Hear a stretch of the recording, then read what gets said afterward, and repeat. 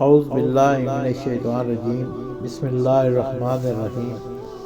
شب برات بخشش کی رات۔ برادران اسلام، اللہ سبحانہ و تعالی نے اپنی عبادت و بندگی کو اپنے بندوں کی تخلیق کا مقصد قرار دیا۔ رحمت عالم صلی اللہ علیہ وآلہ وسلم نے اپنی امت کو اسی مقصد کی تکمیل کا پیغام دیا۔ حضرات صحابہ کرام اور اہل بیت اعظام رضی اللہ تعالیٰ عنہ نے اسی مشن کو آگے بڑھایا۔ بزرگان دین انہی جلیل القدر ہستیوں کی پیروی کرتے ہوئے اس عمل کو آگے بڑھاتے رہے۔ جو عبادت گزار راتوں کو اٹھ کر اللہ کی عبادت کرتے ہیں اور اللہ کی خاص عنایتیں حاصل کرتے ہیں، ان کے علاوہ جو لوگ یہ عمل نہیں کر سکتے اور جو شب بیداری کے عادی نہیں ہوتے، اللہ تعالیٰ نے ان لوگوں کے لیے خاص راتیں رکھی ہوتی ہیں، جن میں سے ایک مخصوص رات شعبان کی 15ویں رات یعنی کہ شب برات ہے۔ قرآن کریم میں شب برات کا ذکر ہے۔ اس رات کے بے شمار فضائل ہیں۔ یہ رات رحمتوں اور برکتوں والی ہے۔ سورہ دخان کی ابتدائی آیات میں اس کی فضیلت بیان کی گئی ہے۔ ان آیات کا ترجمہ یہ ہے: قسم ہے واضح کتاب کی، بے شک ہم نے اس قرآن کو ایک برکت والی رات میں نازل کیا۔ ہم ہی ڈرانے والے ہیں۔ اس رات میں ہر حکمت والے کام کا فیصلہ کیا جاتا ہے۔ ان آیات مبارکہ سے مراد کون سی رات ہے؟ اس سلسلہ میں علماء امت کی ایک جماعت کے مطابق اس سے مراد 15 شعبان کی شب برات ہے۔ شب برات موت و حیات اور تقسیم رزق کا فیصلہ اسی رات کو کیا جاتا ہے۔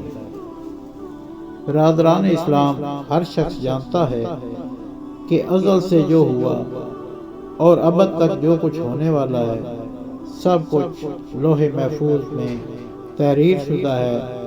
البتہ سال بھر واقع ہونے والے امور سے متعلق تمام احکام کو شب برات میں منظوری دی جاتی ہے اور فرشتے لوح محفوظ سے ان فیصلوں کو دفتروں میں نقل کرتے ہیں اور شب قدر میں ان فائلوں کے متعلقہ فرشتوں کے حوالے کر دیا جاتا ہے۔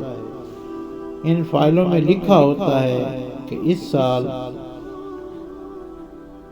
کتنے لوگ پیدا ہوں گے اور کتنے دنیا سے رخصت ہوں گے اور کس کو کتنا رزق ملے گا۔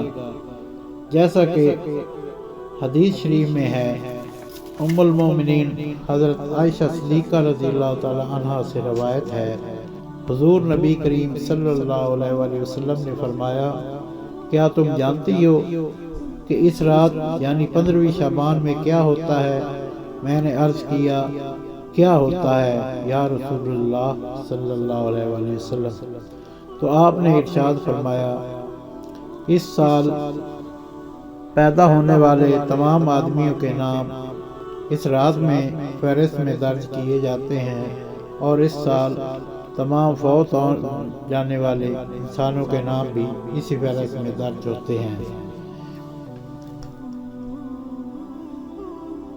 اس میں ان لوگوں کے اعمال رب کے حضور پیش کیے جاتے ہیں اور ان کو کتنا رزق دیا جانا ہے اس کا فیصلہ کیا جاتا ہے۔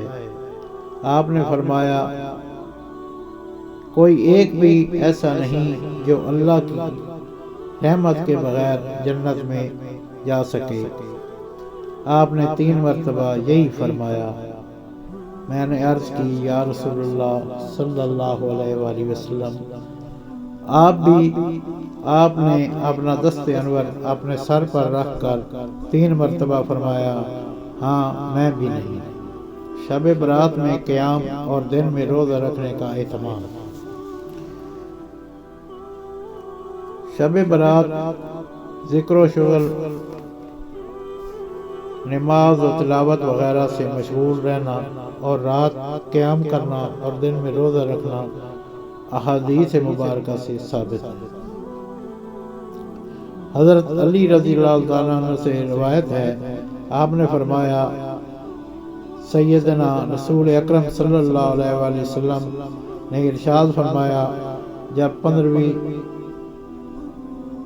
شعبان ہو تو رات کو قیام کرو اور اس کے دن میں روزہ رکھو، کیونکہ اللہ تعالیٰ اس رات میں سورج ڈوبتے ہی آسمان دنیا کی طرف نزول اجلال فرماتا ہے اور ارشاد فرماتا ہے، کیا کوئی مغفرت کا طلبگار ہے کہ میں اس کو بخش دوں؟ کیا کوئی رزق چاہنے والا ہے کہ میں اس کو رزق عطا کروں؟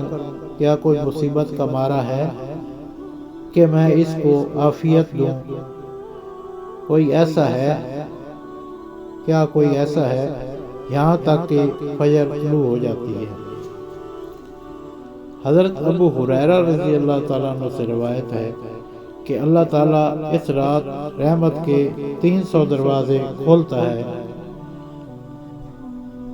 اور ہر اس شخص کو بخش دیا جاتا ہے جو کہ کسی کو اس کا شریک نہ ٹھہرائے اور جادوگر نہ ہو، شراب کا عادی نہ ہو، ہمیشہ سود خور نہ ہو، بدکار نہ ہو، رشتہ داروں میں پھوٹ ڈالنے والا نہ ہو۔ 14 رکعت نماز کی خصوصیت و فضیلت۔ حضرت ابراہیم رضی اللہ تعالیٰ عنہ سے روایت ہے کہ حضرت علی رضی اللہ تعالیٰ عنہ نے ارشاد فرمایا، میں نے حضرت محمد رسول اللہ صلی اللہ علیہ وآلہ وسلم کو شعبان کی 15ویں رات قیام فرماتے دیکھا۔ آپ نے 14 رکعت نماز ادا فرمائی، پھر بعد میں فراغت میں آپ تشریف فرما ہوئے اور 14 مرتبہ سورۃ فاتحہ تلاوت فرمائی، 14 مرتبہ سورۃ الاخلاص، 14 مرتبہ سورۃ الفلق اور 14 مرتبہ سورۃ ناس اور 1 مرتبہ آیت الکرسی تلاوت فرمائی اور سورۃ توبہ کی آیت نمبر 128 لقد جاءکم رسول من انفسکم تلاوت فرمائی۔ جب حضور دعا سے فارغ ہوئے تو میں نے اس عمل مبارک کے بارے میں دریافت کیا تو آپ نے ارشاد فرمایا، جو کوئی شخص اس طرح عمل کرے جس طرح تم نے دیکھا ہے تو اس شخص کے لیے 20 مقبول حج اور 20 سال کے مقبول روزوں کا ثواب ہے۔ اگر وہ 15ویں تاریخ کو روزہ رکھے تو اس کے لیے 2 سال یعنی ایک گزشتہ سال اور ایک آئندہ سال کے روزوں کا ثواب لکھا جائے گا۔